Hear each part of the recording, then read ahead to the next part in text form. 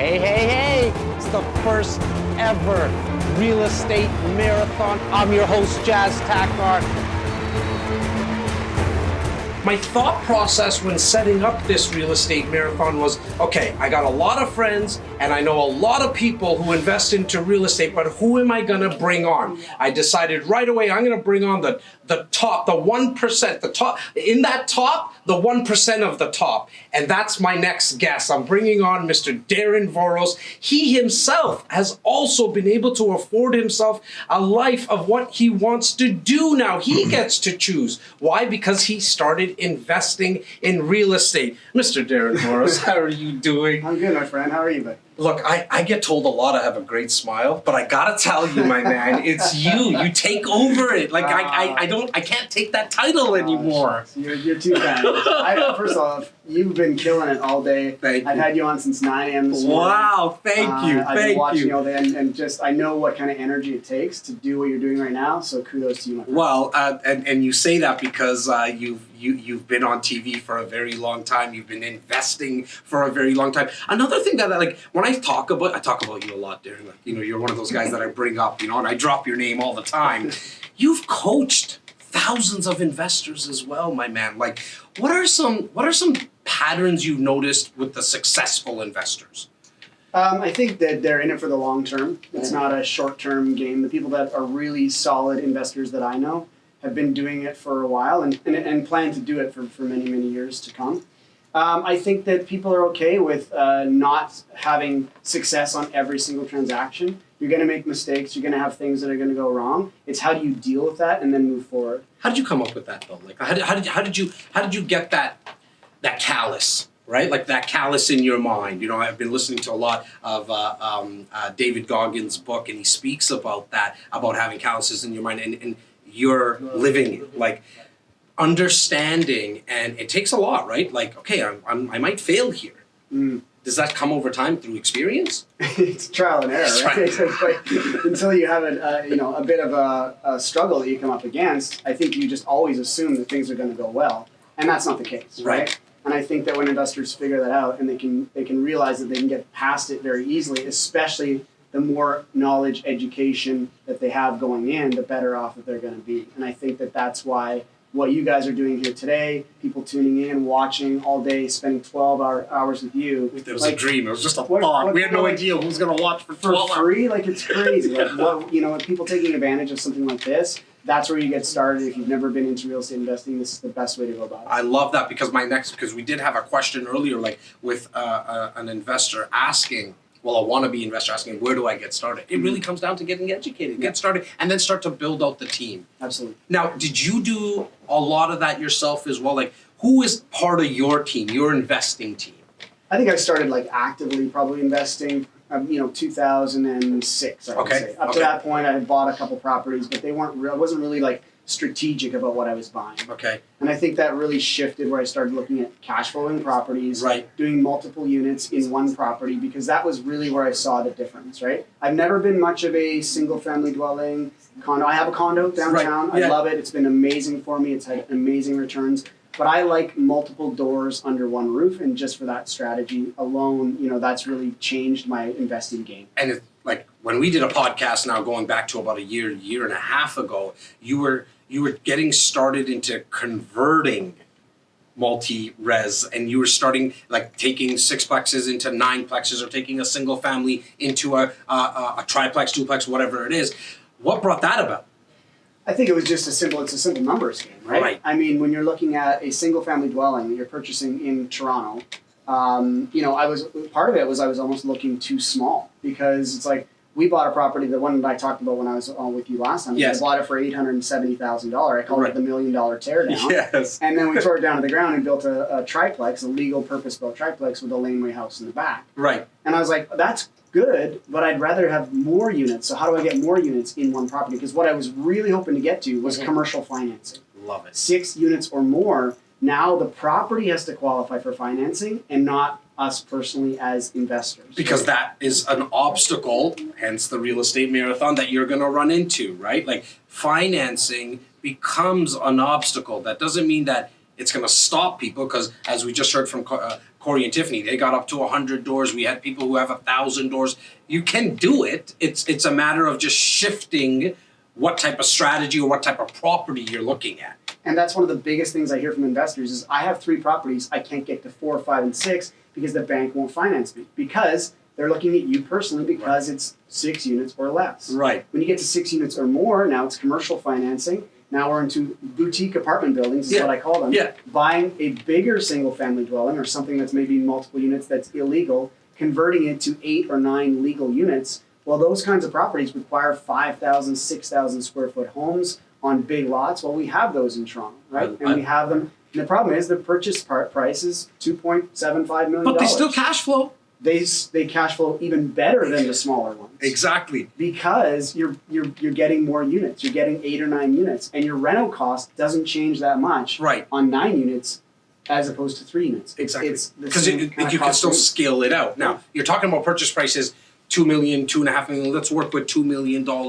Another hurdle, an obstacle that gets in people's way is, well, I can't come up with the down payment for let alone the renovation costs, which we can get construction financing. We're going to talk about that.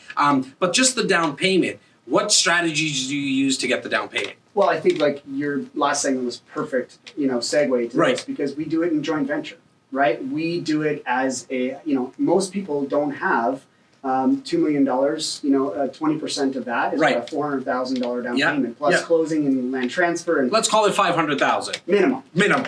That's not even reno. Exactly, not reno money. That's just closing on the property. Reno's another $1.5 million. Exactly. Right? To convert it. To convert it to 9 units. Yes. Right? So who has that kind of capital? Not very many people. But guess what? Like you said earlier, if we need to find $2 million, if we need to raise $2 million for a project, we bring in 10 investors that have $200,000 apiece. Well, now that seems much more attainable. So I love that you said that, Darren, and we're going to come back into it because earlier on today I was talking about the what and the why is the most important thing. What do you want? Why do you want it? Because when you run into those obstacles, you need to have a strong enough why. The how is not that. The how's not up to you. The how's around you. You'll figure it out. I'm not sure if everyone caught it who's watching and listening right now, but Darren said, look, I got to come up with the $500,000 to close it.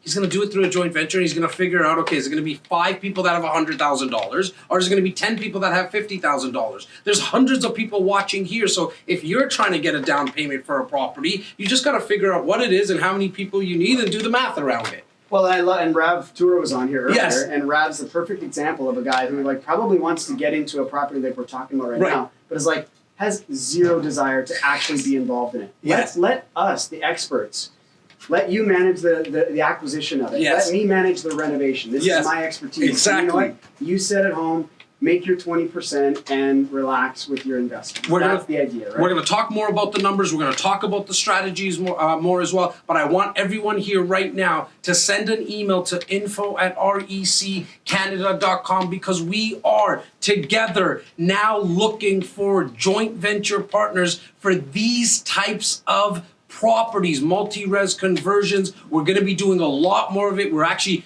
actively looking at properties. We're tying them up as we speak. So if you are like a Rav Tour, maybe we need to call him, team, and say, hey, Rav, partner up with Darren and REC. I want you to send an email to info@reccanada.com and just put somewhere in the subject line or the body that you're interested in doing a joint venture with REC and Darren. And as I mentioned, we are actively, as we speak, in negotiations with multiplexes in the Greater Toronto area. Make sure to send that email. Darren, let's use a case study, okay? I know you just finished a property. I won't mention the address, but it's a beautiful location in Toronto.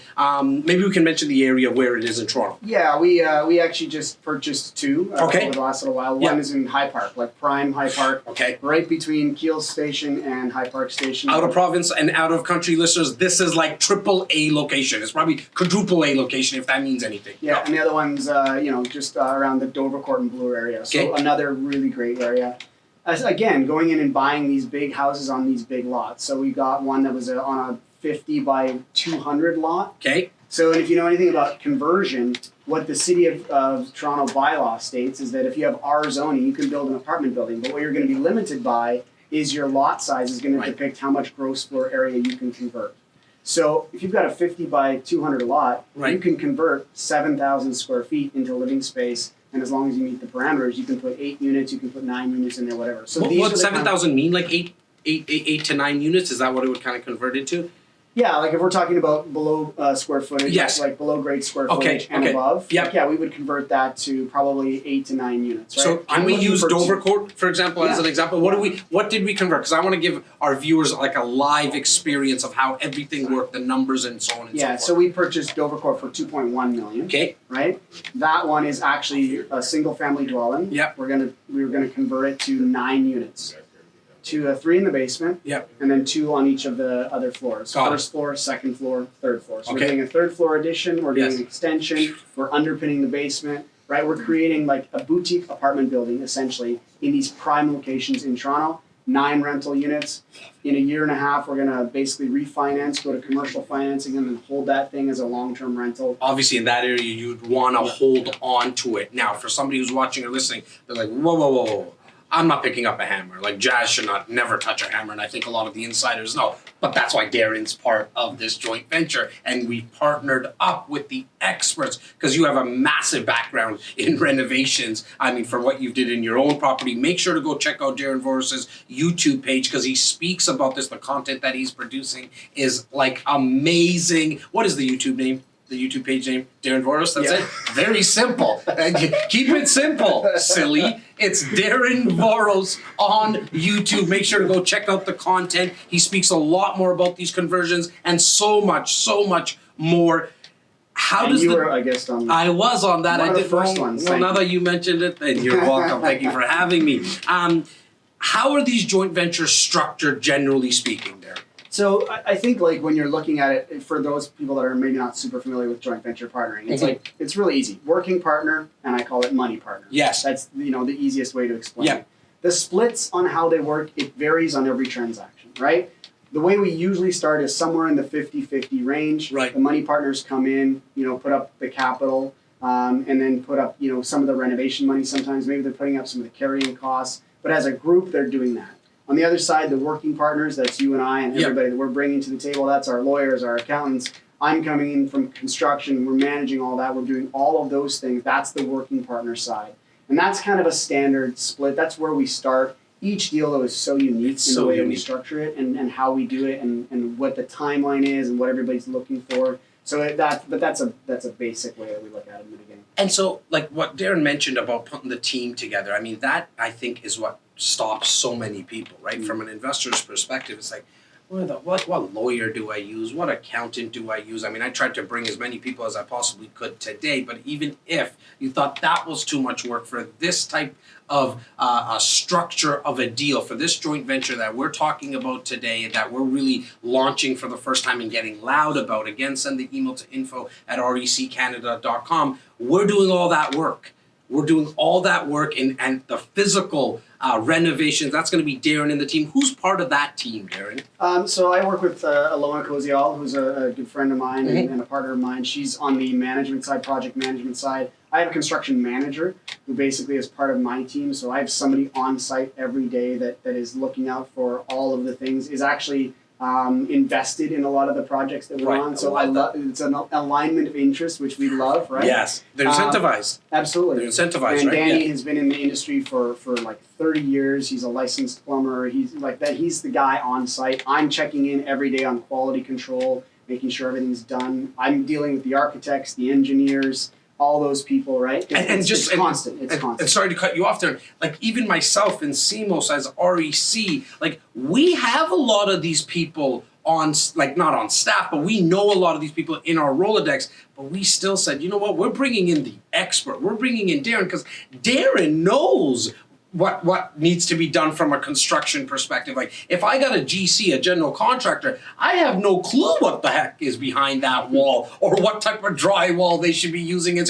like Darren, you're able to micromanage that. Well, it's not only that, but it's the process of getting the legalization of the 9 Yes. Let's talk about that. Because, as a single family dwelling, converting to 9 units, that's not a simple process. It takes time. You got to go to usually what's called the Committee of Adjustments. But you need people on your team that know that process and know how it works. You have to hire the right individuals to get you over that point because that's really where all of the upside is once you get that, okay, we've got 9 units now, go and build it, right? Right. That's, I don't want to say it's relatively easy. Yeah. But, it takes time and energy. But that big first step is getting beyond that conversion, essentially, element to the 9 legal units. I'm going to take it back down to kind of micro. I'm going to go back up. To up to macro thought process and mindset for investors. Other than getting educated, how does people get over fear? How do they get over that? Man, I really want to do this. I want to invest, but I'm scared to do it. I think there's 2 ways you can go about it. You can either say, and you mentioned it earlier, what is it you're looking to get out of your investments?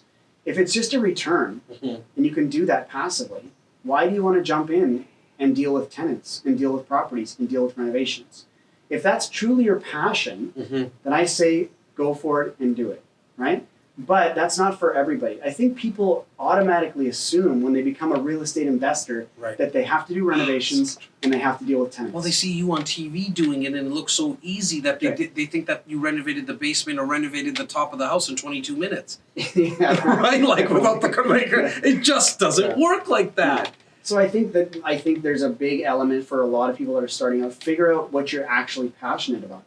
Even myself, I went down and looked at apartment buildings in the U.S. and I was doing all these different things, and I came back to what do I love? Right. I love the Toronto market and I love renovation.